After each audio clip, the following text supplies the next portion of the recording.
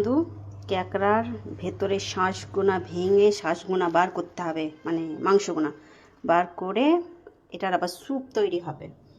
কেন, বৌদির শরীরটা তো ভালো নেই, তাই স্যুপ খেতে চেয়েছে। দাদাই বলেছে যে বানিয়ে রাখবি, আমি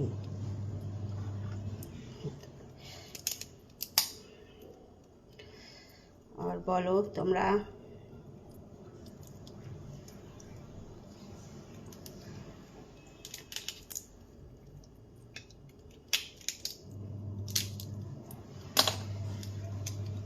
এইভাবে মাংসগুলোকে বার করতে হবে।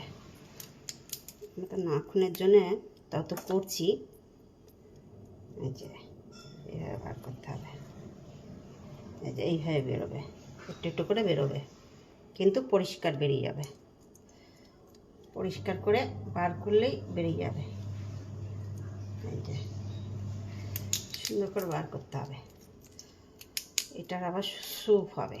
স্যুপ ভালো খাই,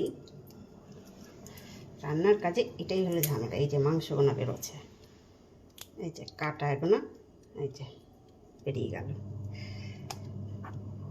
ক্যাকড়ার ভেতর থেকে।